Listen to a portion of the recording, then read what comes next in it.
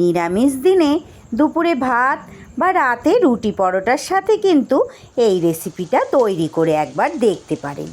দারুণ স্বাদের একটা অন্যরকম রেসিপি, খুব সহজেই বানিয়ে নিতে পারবেন। নমস্কার বন্ধুরা, রূপাস সিম্পল অ্যান্ড ডেলি লাইফে আপনাদের সবাইকে অনেক অনেক স্বাগত। প্রতিদিনের মতো আজও একটা সহজ লোভনীয় রেসিপির সাথে আমি হাজির হয়ে গেছি। সম্পূর্ণ নিরামিষ এই রেসিপিটি কিন্তু খুবই খেতে সুস্বাদু। কিভাবে তৈরি করলাম পুরো রেসিপিটা সঙ্গে থেকে দেখে নিন বন্ধুরা। যদি ভালো লাগে ভিডিওর শেষে একটা লাইক আর ছোট্ট একটা কমেন্টের মাধ্যমে জানিয়ে যাবেন। আর যে সকল বন্ধুরা আমার চ্যানেলটা এখনও পর্যন্ত সাবস্ক্রাইব করেননি তাদের কাছে আমার অনেক অনেক অনুরোধ, প্লিজ বন্ধুরা আমার চ্যানেলটা সাবস্ক্রাইব করে আমার পাশে থেকে যান। সবার প্রথমে কড়াইতে আমি 1 লিটার দুধ দিয়ে দুধটা খুব ভালো করে জাল করে নিতে হবে। দুধ খুব ভালো করে জাল হয়ে গেলে এবার গ্যাসটা বন্ধ করে এখানে 1 টেবিল চামচ ভিনিগারের সাথে 2 টেবিল চামচ জল মিশিয়ে আমাকে ছানাটা কাটিয়ে নিতে হবে। এইভাবে নাড়িয়ে দিলেই ছানাটা কিন্তু খুব সুন্দর করে আমার কাটানো হয়ে যাবে।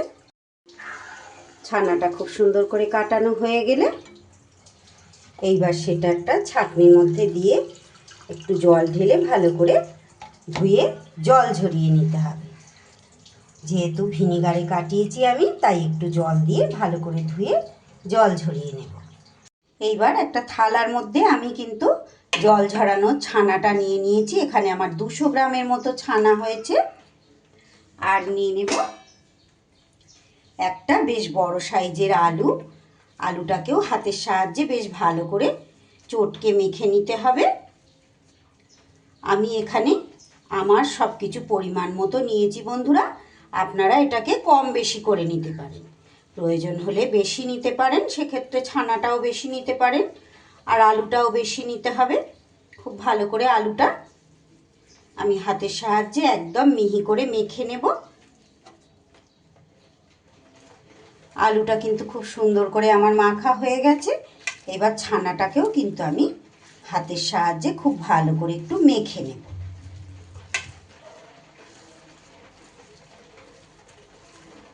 এবার এর মধ্যে দিয়ে দেব আমি পরিমাণ মতো নুন, দিয়ে দেব খুব সামান্য একটু চিনি, আর দিয়ে দেব একটু গরম মশলা গুঁড়ো।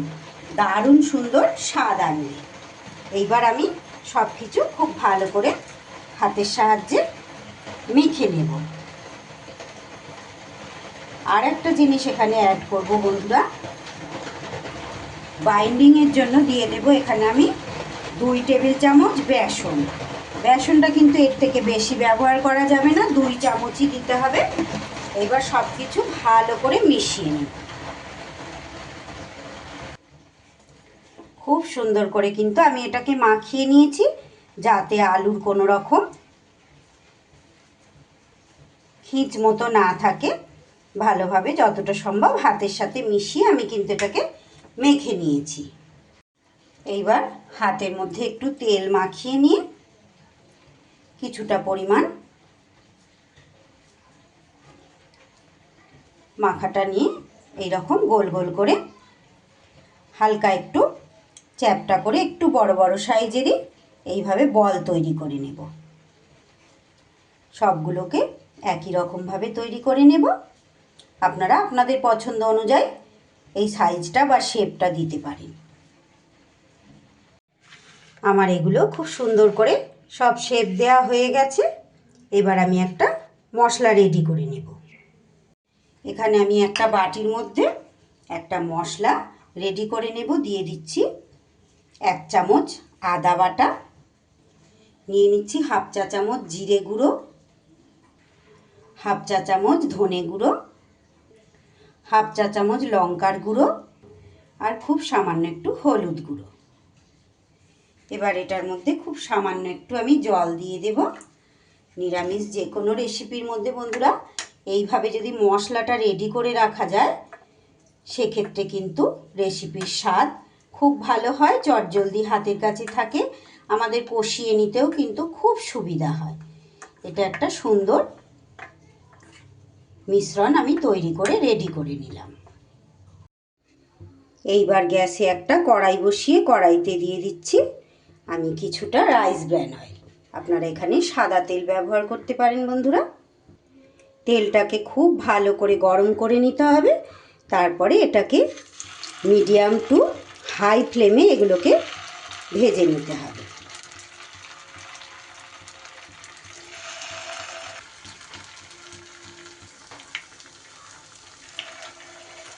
এক পিঠ হয়ে গেলে আর এক পিঠ এইভাবে উল্টে পাল্টে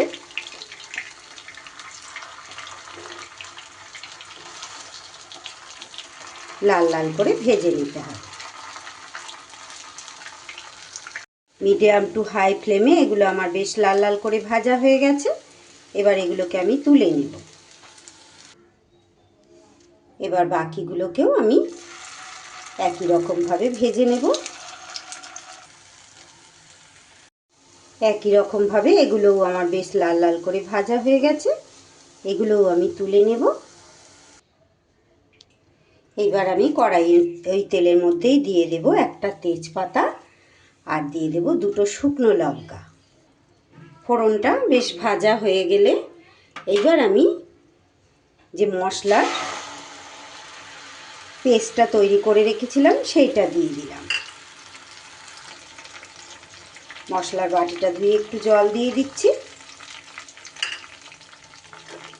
এবার মশলা খুব ভালো করে আমি কষিয়ে নেব। এই মশলাটা কষতে কষতে আমি আবারও আর একটা মশলা আমি তৈরি করে নেব। হাতের কাছে থাকা উপকরণ দিয়েই কিভাবে সুন্দর সুন্দর লোভনীয় রেসিপি তৈরি করা যায় বন্ধুরা, সেই রকম রেসিপি আমি কিন্তু আপনাদের সামনে প্রত্যেক দিন তুলে ধরার চেষ্টা করি। আর আপনাদের ভালো ভালো কমেন্টের মাধ্যমে আমি বুঝতে পারি যে আপনাদের কতটা ভালো লাগে। তাহলে সঙ্গে থাকুন বন্ধুরা। মিক্সির বাটিতে আমি এখানে নিয়ে নিচ্ছি 10-12টা কাজু আর নিয়ে নেব 1 টেবিল চামচ সাদা তিল।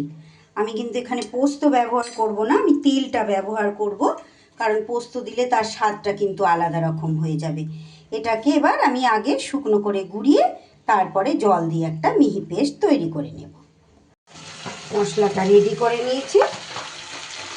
এদিকে এই মশলাটাও কিন্তু আমার একদম মশলা থেকে পুরো জলটা শুকিয়ে তেল আলাদা হয়ে গেছে। এটা দেখেই বুঝে নিতে হবে যে মশলা আমার খুব ভালো করে কষা হয়ে গেছে। এইবার আমি কাজু বাদাম আর তিলটা যেটা পেস্ট করলাম সেইটা দিয়ে দিলাম। আবারও হালকা হাতে খুব ভালো করে এটা কষিয়ে নিতে হবে। এবার আমি এখানে দিয়ে দেবো পরিমাণ মতো নুন। যে সকল বন্ধুরা প্রত্যেক দিন আমার সঙ্গে জুড়ে থেকে আমার পুরো রেসিপি দেখেন তাদেরকে জানাই অসংখ্য অসংখ্য ধন্যবাদ।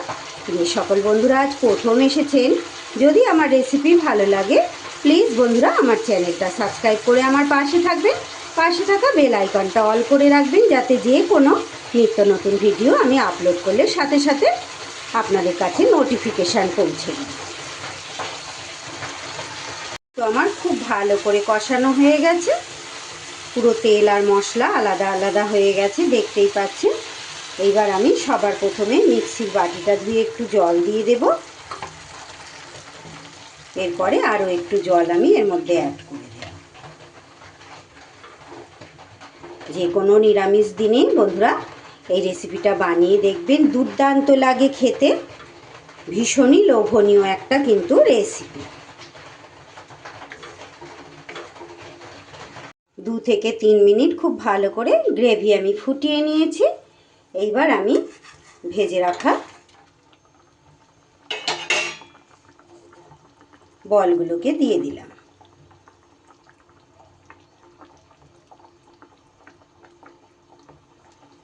এবার আমি এর উপরে দিয়ে দিচ্ছি একটা বেশ বড় সাইজের কাঁচা লঙ্কা চিড়ে দিয়ে দিয়েছি। যেহেতু নিরামিষ রেসিপি তাই স্বাদ ব্যালেন্সের জন্য সামান্য একটু চিনি দিয়ে দিলাম। দিয়ে দিচ্ছি একটু গুঁড়ো গরম মশলা। এইবার সব কিছু একটু হালকা হাতে মিশিয়ে দিতে হবে। আমার আজকের এই লোভনীয় স্বাদের রেসিপি আপনাদের কেমন লাগলো বন্ধুরা অবশ্যই একটা কমেন্টের মাধ্যমে জানিয়ে যাবেন।